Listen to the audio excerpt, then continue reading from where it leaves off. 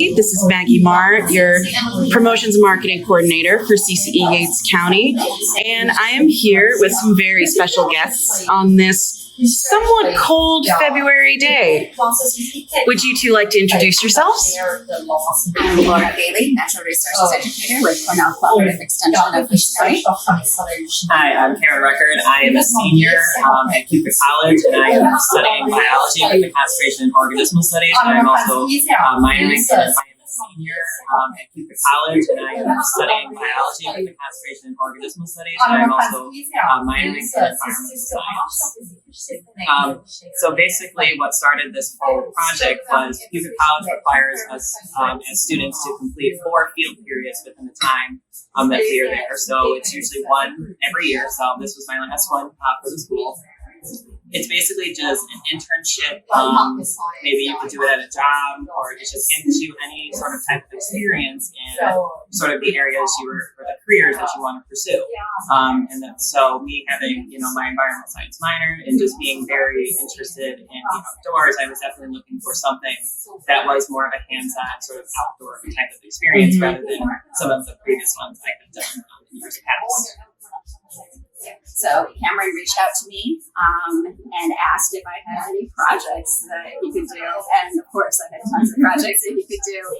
But one that I thought was really, important to get ahead of at this point in time was mapping of Tree of Heaven. So we've had, a few adult spotted lanternflies found in Yates County, throughout the Finger Lakes region, and in New York. And we've actually had a couple populations or infestations found in other counties throughout the state. So one thing that we can do to kind of prepare ourselves for a potential infestation in Yates County is to know where Tree of Heaven is. Because Tree of Heaven is the preferred host tree of the spotted lanternfly. So unfortunately, when some counties or areas get notification that spotted lanternfly has been detected in their county, one thing is, where it's been detected is to respond to that and try to manage that population as soon as possible. But then the next thing that you're going to have to do is, survey the rest of the county or the area to see if there are other populations. So to go about doing that in the most strategic manner, you're probably going to want to identify where Tree of Heaven is, since spotted lanternfly are going to be looking for this Tree of Heaven.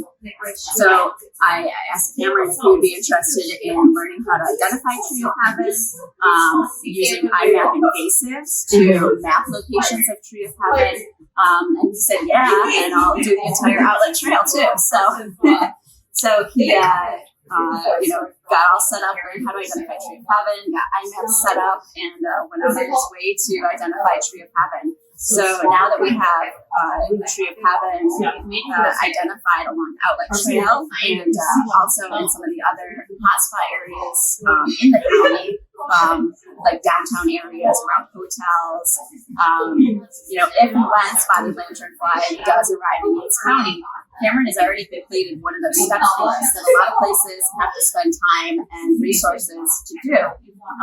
So we already know where our Tree of Heaven are. So we can go out and we can strategically survey areas where we know we would be more likely to find infestations of Tree of Heaven or spotted lanternfly. Mm-hmm.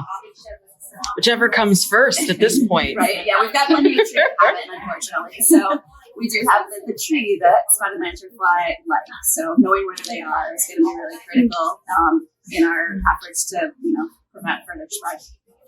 So what is it about Tree of Heaven that spotted lanternfly is just so drawn to that? I mean, why that particular tree? Do we have any idea at this point? Well, a big part of it is that spotted lanternfly and Tree of Heaven co-evolved together in the same habitat. They're both native to Asia.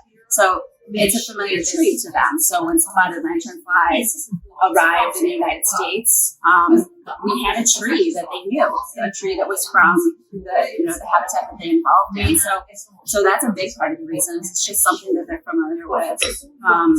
Secondly, it's thought that Tree of Heaven might have some compounds in it that provide some protection for the spotted lanternfly, kind of like monarch's feed on milkweed for that, protection against predators. There's, it's thought that tree of heaven might provide some of that protection for spotted lanternfly as well. Great.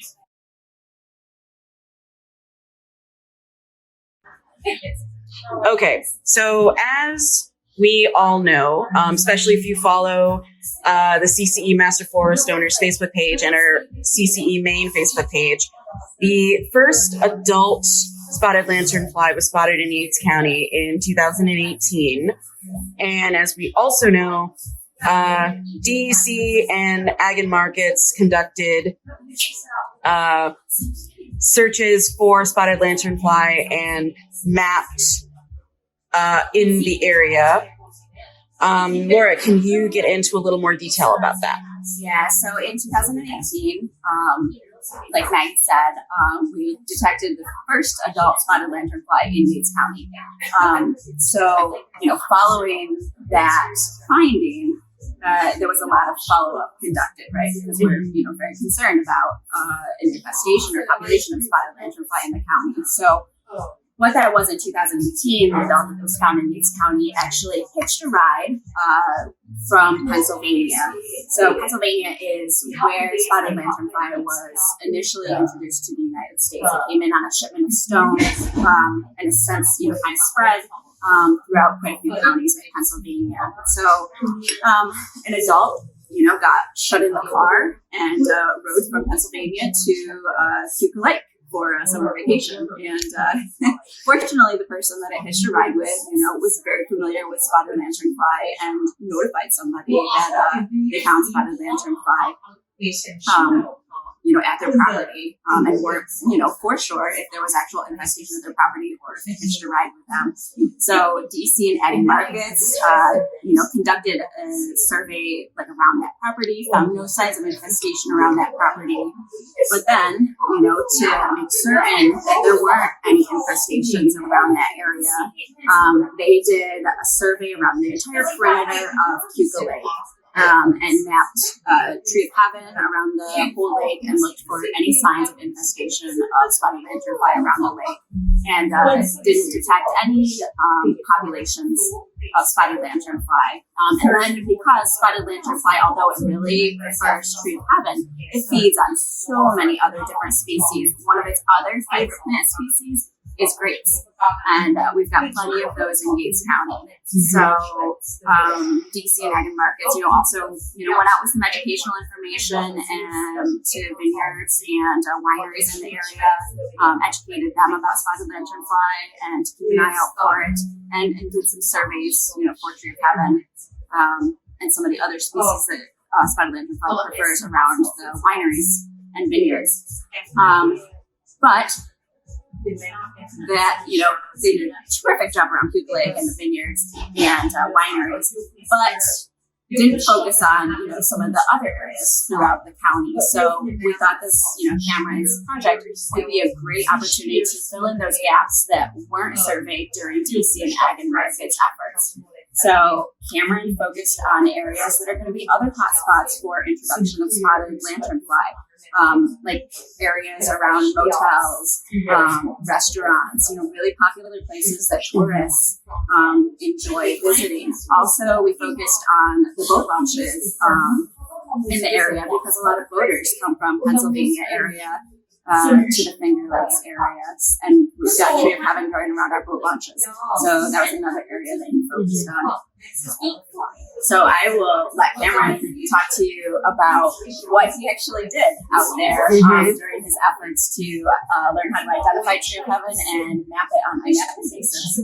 Okay. So basically, once this whole project started, day by day, I would just go out, take a few hours of the day and just go. I live right in town, so it was walking distance for me just to go straight to the trail. And then, so my first day, I kind of started, I would just walk along the trail, look for the key identifying markers of what tree of heaven sort of looks like. And even though I couldn't see the leaves, I would look at the bark, or maybe how the twigs looked when they were growing, or if they were seeds, growing or still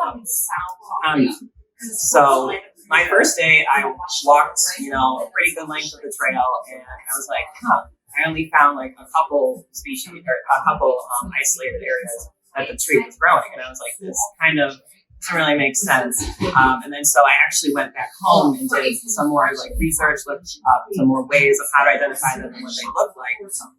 So then the next day I went and did another section of the trail and found tons more. These were everywhere along the Cooper Outlet Trail. And then so the main areas I definitely saw a lot of them growing were around the waterfalls that we have along the trails, where people are drawn to more like heavily populated areas that have traveled, and they were everywhere all along these areas.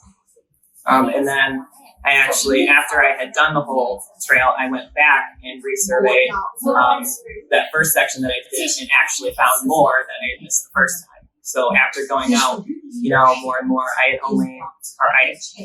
gained more skills and actually got better at being able to identify tree of heaven out there, because this was my first actual sort of experience identifying, a species out there. I had done some of that, in my classes, but never really had the chance to go out and do it myself. Mm-hmm. So I would just basically go on the trail every day or in other of the high traffic areas in Yates County. Like, of course, I went up by the hospital, along all the restaurants, and hotels and areas, and just throughout town, just to see other locations they might be.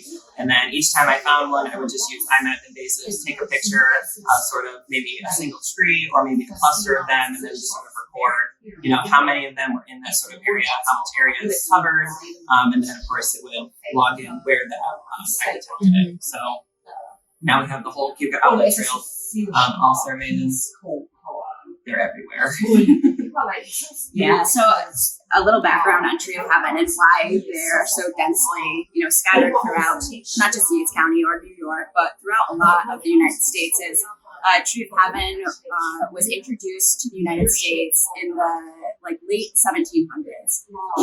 So it's been here for a long time, and it's when it was introduced, it was long before we really understood the concept of invasive species. So it was a tree that was sought after for its beauty. It was a beautiful, landscape tree, and it also grew fast. So when we were building houses, at that time, we wanted trees in our yard again. So a lot of trees had been taken down at the time for building purposes, shipping purposes, and stuff like that. So we kind of cleared a lot of the landscape, and then we didn't have trees in our yard. So it was a really fast-growing tree. So we would have a nice big tree in our yard, quickly. And then it also really it tolerates disturbance, pollution really well. So that's why it really kind of became an ideal tree to bring in the United States and plant in our different urban areas and landscape areas. And then it just, made its way throughout the entire United States. And like I said, it's, why it's in these high traffic areas is because it tolerates, urban traffic, urban pollution. So it thrives really well in disturbance. So these areas where there's a lot of people, there might be a little bit more pollution than in the middle of, a wilderness area. It'll tolerate all of that stuff. So it can really compete in those areas. And that's why it gains such a foothold in these areas. And then it's also just really good at reproducing itself. Female Tree of Heaven can produce up to 300,000 seeds a year. Not every single one of those is going to be viable, but it's still a good amount, especially when you have a lot of trees in the area and they're all producing a couple 100,000 seeds. And then it can also reproduce by basal sprouts and root sprouts. So if you disturb it, that's going to just tell it that it needs to respond by sending up more of itself. So it can just start a whole new tree from the root system underneath the ground.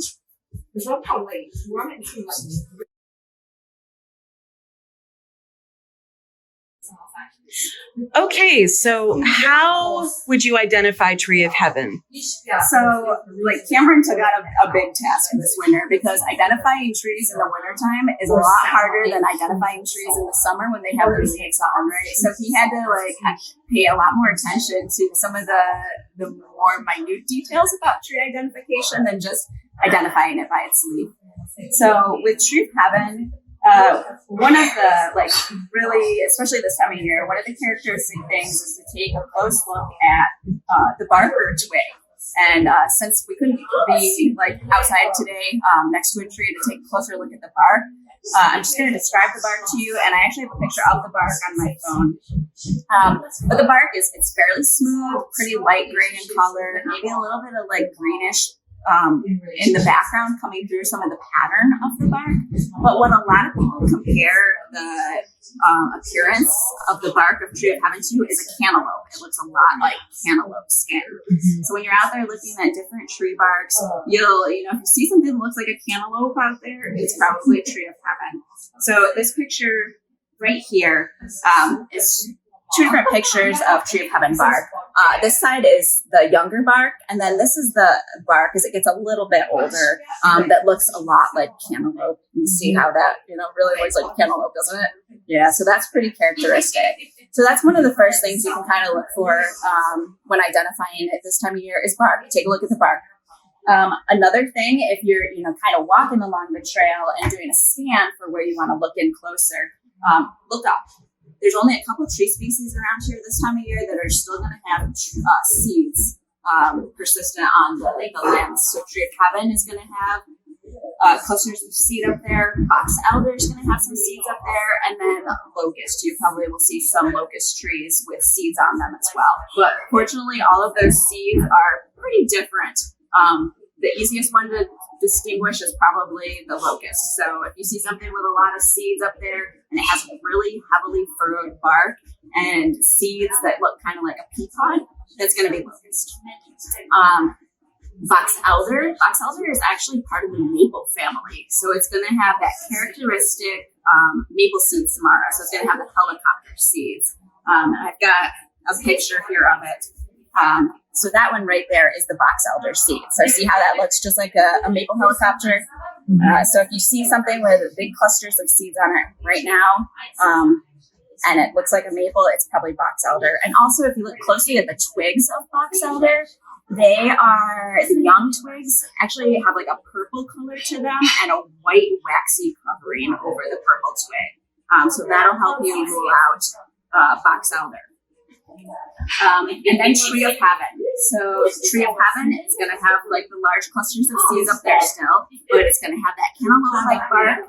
And then it also has a samara, which is the type of seed that maple trees have, but it looks a lot different. It's just this single kind of twisted seed right there. So there's a tiny little seed in the middle, and then all of this material around the outside to help it, be transported by the wind, but much different than, a maple species. It'll be a large cluster with a lot of those, but they won't be, have like two halves to them.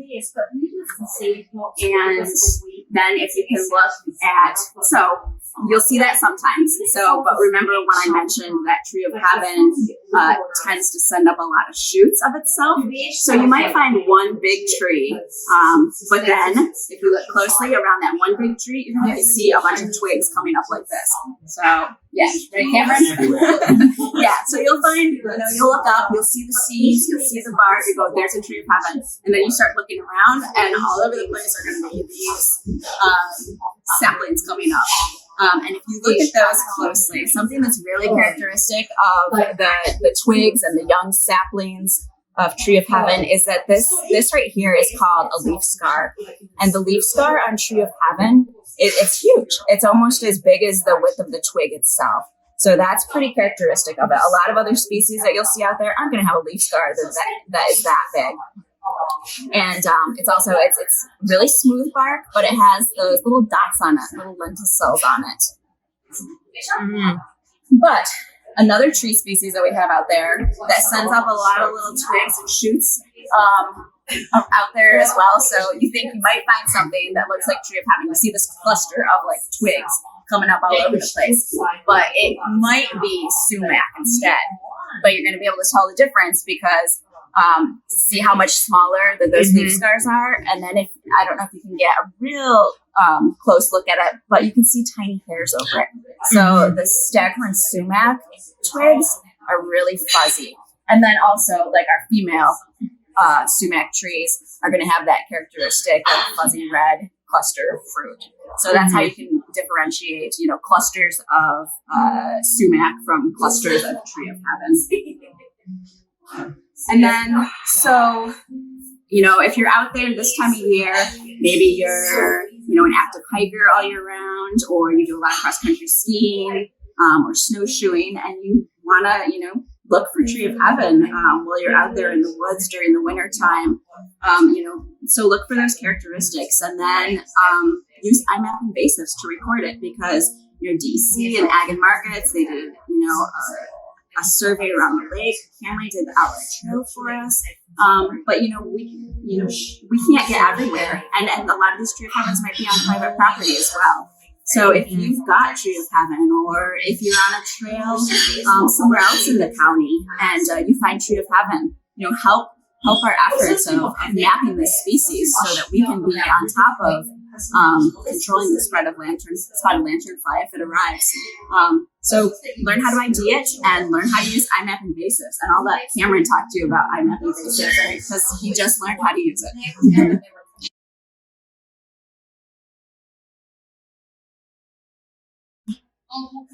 So tell us more about iMaps. What is it, and can anyone use it? Yeah. Pretty much. Once you get a handle on it, it's pretty much very easy. Basically, it's just an app you download, and then you just basically create your login and information and stuff. And then once you go out and find an observation, whatever species you're looking for, whether in my case it's Tree of Heaven or whatever you were looking for, you just click on new observation, and then it'll give you the option to take a picture of what you see. And then so you can take a picture of, if you see a cluster of a lot of the same plants, you can take a picture to show how much is around, or you might want to get a closer picture of what specifically you're kind of looking at. And then you just basically go through, enter what species you found, what you were looking for, and you enter in sort of how many you see. If there's just one single little tree, or a cluster of them, or if there's a ton basically all surrounding you.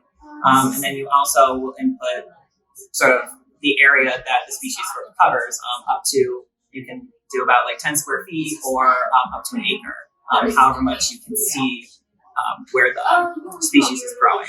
And then you also can just input how long it took you to identify where you found it as well. And then a couple things to look out for while using iMap invasives is that as you get more and more observations entered in, you want to upload those sort of basically to the app right away, so that having more and more observations that aren't uploaded sort of bogs down the app, and it can actually get a little difficult to use it. And then you also want to make sure that your phone is fully charged.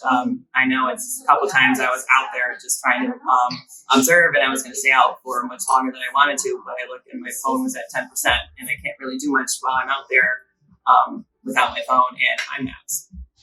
And then also you want to take your time, and when you identify a species, if you just see one, don't immediately just say, oh, here's that one species that I found, and that's the only one that's here. Because a lot of times I was looking for Tree of Heaven, I would see one, and then I would take 3 steps, down the path a little bit more, and then I see a whole bunch more down there. So then I would enter in that much area that it's in, not just that one specific tree that I found.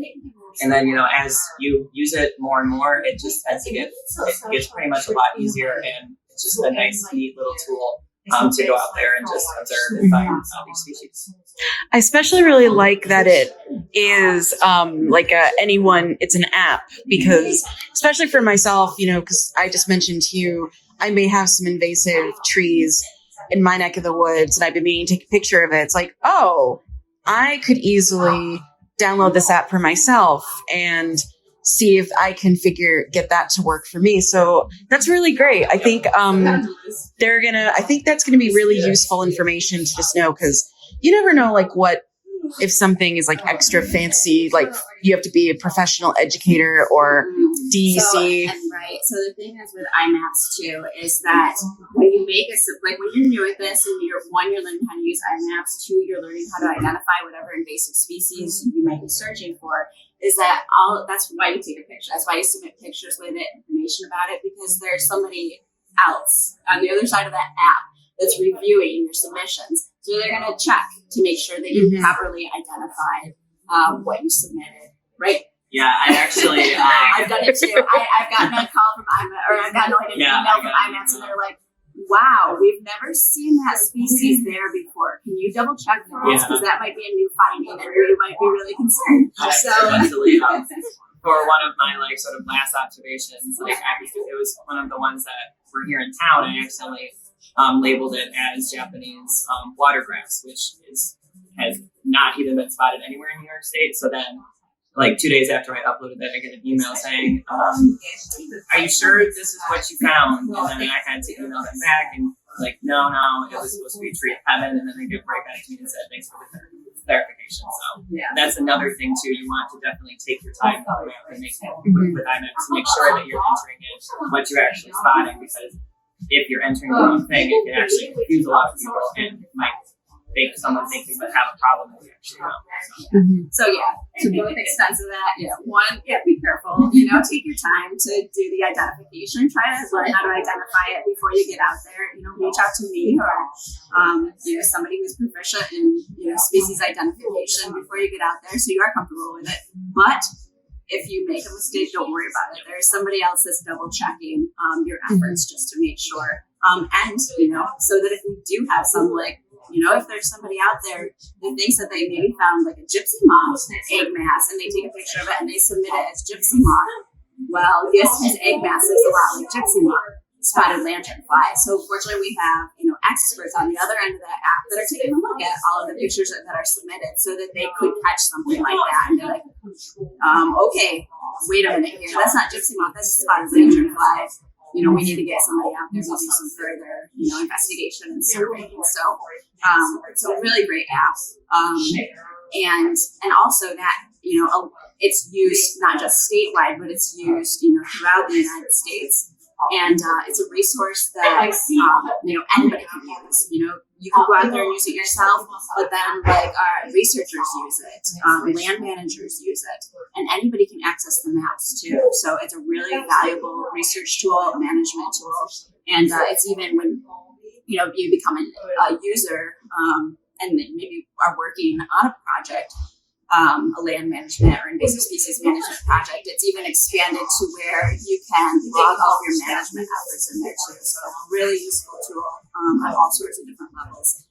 So, having as many invasive species mapped in there as we can throughout the county is just going to help in efforts to manage invasive species.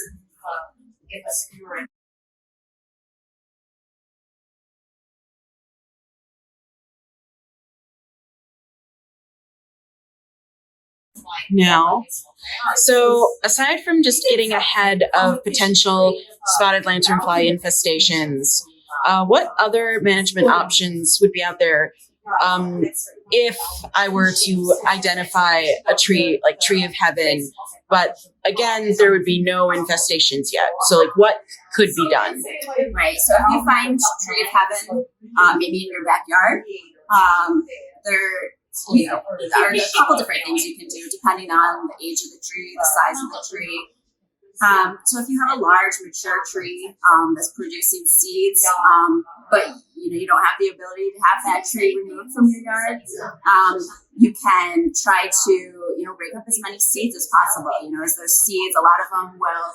The reason why they're still on the tree this time of year in the winter is because they wait for winter, gusty winter winds to break them off the tree and disperse them somewhere else to start a new population. But come springtime, you're probably going to find a lot of those seeds that have fallen off of the tree throughout the winter and landed nearby in other places of your yard. So try to rake up those leaves and dispose of those leaves.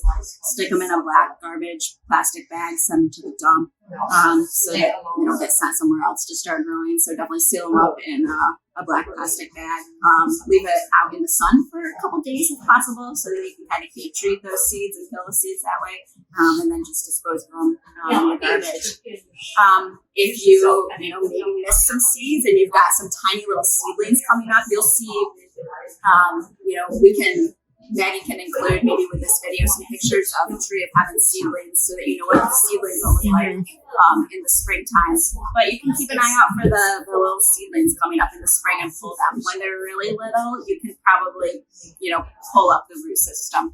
Once they get about a year old or about this size, it doesn't look very big, but that root system, you're not going to be able to pull it out. And if you try to pull it out and you don't get the whole root system out, then that disturbance is just going to send a signal for it to start sending up more shoots. So if it's bigger than a seedling, you're probably not going to want to try to pull it. You can use chemical control on the leaves in the springtime. You can spray the leaves on smaller saplings. But if you do have something like this size too, you could probably, when it has the leaves on in spring, you could spray it with herbicide. But if you've got like a large adult tree on your property and, you could, call a professional to have it removed, especially if it's, in an urban area or your backyard or something like that. But if they also like to grow on forested edges, they like to grow around edges of vineyards. So if you've got a scenario like that where it's kind of an open space, it's not your backyard, you can go through and you can either hack and squirt or drill and fill. So what you would do is just go around the perimeter of the tree. You're going to want to read the labels of your herbicides really carefully, but you're going to go through and make a certain amount of hacks or drill a certain amount of holes into the tree, and then fill those areas with the appropriate amount of herbicide, and that should kill the tree usually.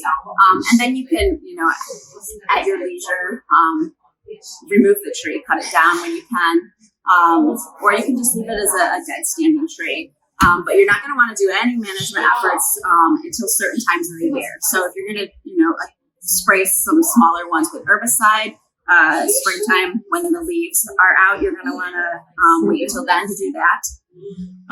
But then if you've got a larger tree, you're going to want to wait until July, after July 1st. If you try to do anything in springtime, or summertime when it comes to, cutting or drilling and filling with herbicide, if you do it before July, you're probably going to cause more trouble than doing nothing at all. Because when you damage that tree, it sends, those signals to reproduce more. So if you do anything pre-July 1st with causing damage to the tree, you're just going to end up with more tree of heaven. So why you need to wait until after July 1st to do hack and fill or drill and fill is because at that time of the year, the tree's getting ready for fall time and winter time. So it's starting to pull all of its sugars down into the root system.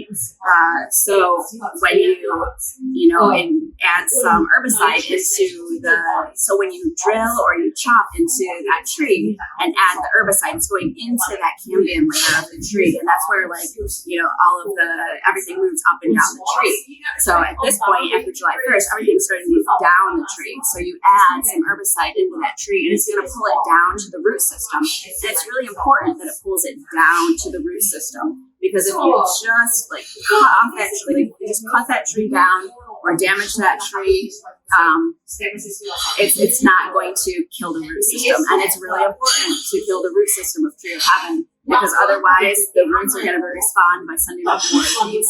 So that's why you really want to wait until after July 1st, so that everything gets transported down to the root system, kills the root system, so that you don't end up with root suckers or basal sprouts. Well, definitely some things to think about. Thank you so much for sitting down with me today. Is there any other closing thoughts before we go? Basically, all I have to say is that this was definitely a very fun experience. And honestly, get involved with iMaps, get involved with going out there and seeing what's in your environment, because just even me and taking that little step out there, if spotted lanternfly ever gets here, we know exactly where all those trees are. So it's definitely just a lot of fun getting outdoors. It was a very great experience. I thank Laura and everybody who got me to be able to do this experience. Puget College and being here for all 4 years. So this was definitely one of my favorite experiences, and definitely that was one of my experiences. And I had a great time working with Kamren. He was really great to work with. Took on like huge undertaking, like I said, learning how to identify a tree in the wintertime and then doing the entire outlet trail. That was a huge accomplishment. And then to just kind of echo what he said about the importance of mapping this species, as he's done something like really important for this county, because if we didn't do this and then come springtime, all of a sudden we detect a spotted lanternfly infestation. We see nymphs hatching in the spring or something. We're going to have to spend time and effort to start finding out where our tree of heaven infestations are. And we've already tackled a big part of surveying the county for that. Between DEC and Maggie Mahr and Kamren's efforts, we know where a lot of tree of heaven are already, so we can strategically look at those locations and focus our efforts on the areas that we know we're most likely to find spotted lanternfly infestation. So he's accomplished a huge proactive effort for the county.